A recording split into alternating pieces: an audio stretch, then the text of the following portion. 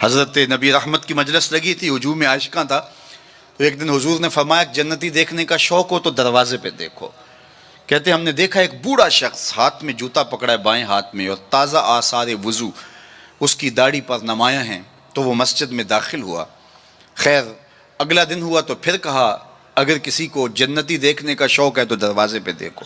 ہم نے کہا دیکھیے آج کون خوش نصیب آتا ہے، تو وہی بزرگ دوبارہ آئے، بائیں ہاتھ میں جوتا پکڑا ہے اور آثار وضو چہرے پہ حویدہ ہیں۔ تیسرا دن آیا تو پھر کہا جنتی دیکھنے کا شوق ہے تو دروازے پہ نظریں رکھو۔ ہم نے دیکھا تو وہی بزرگ اسی حالت میں آئے۔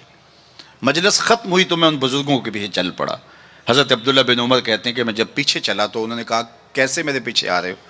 میں نے کہا ابا جی سے کوئی شکر رنجی سی ہو گئی ہے، لڑائی سی ہو گئی ہے، تو میں 3 دن آپ کے پاس گزارنا چاہتا ہوں، تو مجھے آپ رکھ لیں گے؟ انہوں نے کہا کوئی بات نہیں، آ جاؤ۔ کہتے ہیں میری آرزو تھی کہ میں دیکھوں کہ یہ عمل کون سے کرتا ہے۔ حضور نے فرمایا جنتی دیکھنا ہے تو دروازے پہ دیکھو، اور 3 دن یہی آتا رہا۔ کہا اس نے کہا کوئی بات نہیں، آ جاؤ۔ میں ساتھ چلا گیا۔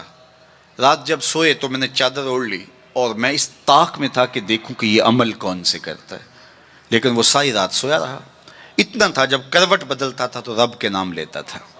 اس کے علاوہ صبح اٹھے، میں بھی اٹھا، نماز فجر ادا ہوئی، ناشتہ کیا، کھیتوں میں چلے گئے، باغ میں پانی کیا، گوڈی کی جو بھی معمولات تھے، ظہر پڑی، مغرب عشاء، رات ہوئی تو پھر سو گئے۔ میں نے سوچا کل میری وجہ سے ہو سکتا ہے معمولات ترک کیے ہوں، لیکن معمولات کا عادی شخص روز معمولات ترک نہیں کر سکتا، تو دیکھتے ہیں کہ آج کیا ماجرا ہوتا ہے۔ میں سو گیا بظاہر، لیکن جاگ رہا تھا، لیکن وہ ساری رات سویا رہا، صرف کروٹ بدلے تو رب کا نام لے۔ کہا خیر وہ وقت دن بھی گزرا۔ تیسرا دن گزرا تو جب 3 دن بیت گئے، صبح ناشتہ ہوا تو میں نے کہا کہ میری ابا جی سے کوئی لڑائی نہیں ہوئی تھی، کوئی میرا الجھاؤ نہیں ہوا تھا۔ میں نے حضور سے سنا کسی نے جنتی دیکھنا ہے تو دروازے پہ دیکھو، اور 3 دن آپ ہی بابا جی آتے رہے، لیکن مجھے تو کچھ دکھائی نہیں دیا۔ 3 راتیں اور 3 دن میں نے آپ کے ساتھ گزارے۔ تو وہ بزرگ فرمانے لگے کہ اے ابن عمر ایسی کوئی بات نہیں ہے کہ میں نے تمہاری وجہ سے کوئی عمل چھپایا ہو، میرے وہی معمولات ہیں جو تم نے 3 دن میں دیکھے، کوئی الگ سا عمل ایسا نہیں تھا جو تم سے میں چھپا لیا ہو، لیکن ایک میرا عمل تم نہ دیکھ پائے، اور وہ اگر تم اور بھی دن میرے ساتھ گزارتے تو نہ دیکھ پاتے۔ تو مجھے تجسس ہوا، میں نے کہا کہ وہ عمل کون سا ہے؟ تو وہ فرمانے لگے تم نے محنت کی، 3 دن رہے تو میں تمہیں بتا دیتا ہوں۔ تو اس بزرگ نے ایسے سینے پہ ہاتھ رکھا دل والی جگہ پہ اور کہا اے ابن عمر یہ جو سینے میں رکھا ہوا دل ہے نا، اس میں کسی مومن کا بغض نہیں ہے، تو اس میں کسی مومن کے لیے نفرت نہیں رکھی ہے، بغض نہیں رکھا ہے۔ تو آج میں اور آپ جنت کے مسافر بننا چاہتے ہیں تو اس اندر کی دنیا کو صاف کیجئے، اور جب اس میں جھاڑو دیں گے اور اس کی صفائی کریں گے تو پھر محبوب کے جلوے آپ کو یہاں دکھائی دیں گے، نہ مسجد وچ نہ مندر وچ، لب یار نو اپنے اندر وچ، وفی انفسکم افلا تبصرون۔ تو آئیے میں اور آپ اپنے باطن کی صفائی کے لیے کوشاں ہوں۔ زندگی لمحہ لمحہ ٹوٹ رہی ہے، اور میں اور آپ ایک ایک سانس کر کے اپنی زندگی کو توڑ رہے ہیں۔ یہ اٹھتے ہوئے قدم ہیں، سیدنا علی المرتضیٰ فرماتے ہیں، یہ ہماری جو سانسیں ہیں یہ اٹھتے ہوئے قدم ہے، یہ پگھلتی ہوئی برف ہے جو ہمیں موت کے قریب لے جا رہی ہے۔ ایک بزرگ کہتے ہیں مجھے یہ سمجھ نہیں تھی کہ یہ جو قرآن نے کہا ان الانسان لفی خسر، بے شک انسان خسارے میں ہے، تو میں نے کہا یہ خسارے میں کہاں ہے؟ کہاں گھاس پھونس کے جھونپڑے اور کہاں علی نصب گھر اور بنگلے، انسان تو آگے جا رہا ہے، تو یہ خسارے میں کیوں کہا گیا؟ تو میں سمرقند کے بازار سے گزر رہا تھا، وہاں ایک آدمی پھٹے پہ رکھ کے برف بیچ رہا تھا اور ساتھ آوازیں لگا رہا تھا۔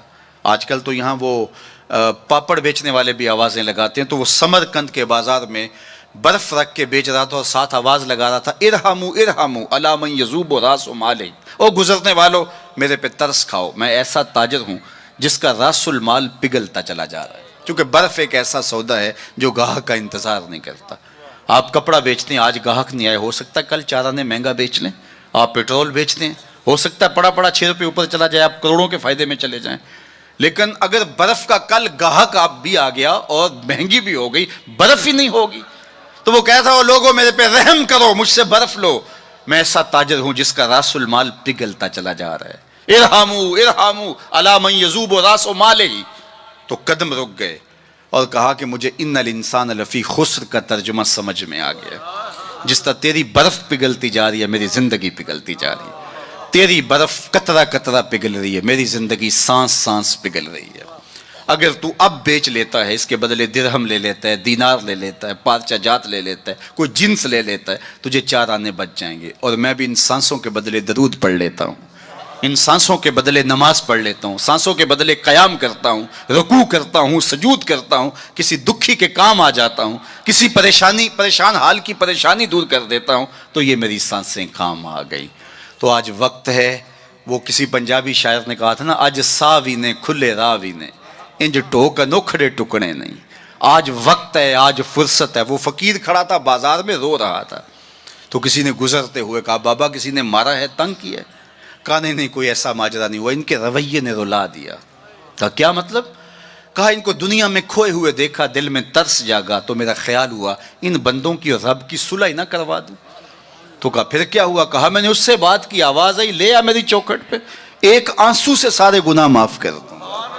میں بڑا خوش ہوا، میں ان سے بات کی، یہ الٹا میرا مذاق اڑانے لگے، جا بابا اپنا کام کر، تمہیں کیا پتا ہوتا ہے دنیا اور دنیا داری کیا ہوتی ہے۔ تو وہ تو مان رہے، یہی نہیں مان رہے، تو مجھے اس پہ رونا آ گیا۔ خیر وقت گزر گیا، اگلے دن وہی شخص قبرستان کے قریب سے گزرا، دیکھا وہ فقیر وہاں کھڑا بھی رو رہا تھا۔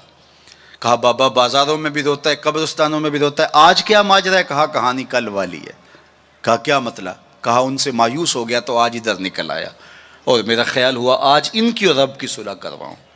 تو تجسس سے پوچھا آج کیا بنا؟ کہا آج یہ مان گئے وہ نہیں مانتا، کل وہ مانتا تھا یہ نہیں مان رہے تھے، اور آج یہ مانتے ہیں وہ نہیں مانتا۔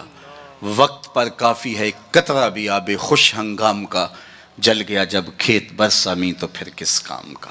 آئیے میں اور آپ اپنے رب سے اپنے تعلق کو جوڑ لیں، اپنی زندگی کو کبھی بھی نماز سے محروم نہ رہنے دینا۔ سونے سے قبل 5 انگلیاں بھی گن لینا اور 5 نمازیں بھی گن لینا۔ اس شخص سے بڑا بدبخت کوئی نہیں ہے جو رب کے حضور سجدہ ریز نہیں ہوتا ہے۔ یہ بد نصیبی ہے کسی شخص کی کہ اس کی پیشانی کو سجدے کا نور نصیب نہ ہو۔ بعض لوگ کہتے ہیں میں نہیں کرتا سجدہ، میں کہتا ہوں تو کون ہے بدبخت، تجھے رب اپنی چوکھٹ پہ بلاتا ہی نہیں۔ اتنا بد نصیب ہو گیا ہے کہ تجھے دھتکار دیا گیا، حی علی الصلاۃ حی علی الفلاح، 5 وقت صدائے دل نواز سنتا ہے لیکن تیرے قدم نہیں اٹھتے، تجھے توفیق نصیب نہیں ہوتی۔ اس سے معافی مانگ اور اپنی زندگی کو سجدوں سے آباد کر۔ مخلوق خدا کے ساتھ شفقت یہ اللہ اور اس کے رسول کی قربت کا ذریعہ ہے۔ میرے والد گرامی فرمایا کرتے تھے اگر تم چاہو کہ حضور تم سے پیار کریں تو حضور کی امت سے پیار کیا کرو۔ آپ کسی کے بچے کی گال سہلائیں، اس کو پیار کریں تو اس کے باپ کے دل میں آپ کے لیے پیار پیدا ہو جاتا ہے۔ تو حضور کی امت سے پیار کریں گے تو حضور تم سے پیار کریں گے۔ اللہ آپ کو سلامت رکھے، دنیا آخرت کی برکتیں آپ کی روحوں میں ڈال دیں۔ اقبال کے سارے کلام کا رس نچوڑیں تو خلاصہ یہ نکلتا ہے محمد سے وفا تو نے تو ہم تیرے ہیں، یہ جہاں چیز ہے کیا لوح و قلم تیرے ہیں۔ اقبال کہتے ہیں حضور سے وفا کرو، قلم بھی تمہیں دے دیں گے، تختی بھی تمہیں دے دیں گے، پھر جو لکھنا ہوا خود ہی لکھ لینا، پھر تمہاری تقدیر کے فیصلے کہیں اور نہیں ہوں گے، خدا بندے سے خود پوچھے گا بتا تیری رضا کی، لیکن شرط ہے کہ تم ان کے ہو جاؤ۔ وآخر دعوانا ان الحمد للہ رب العالمین۔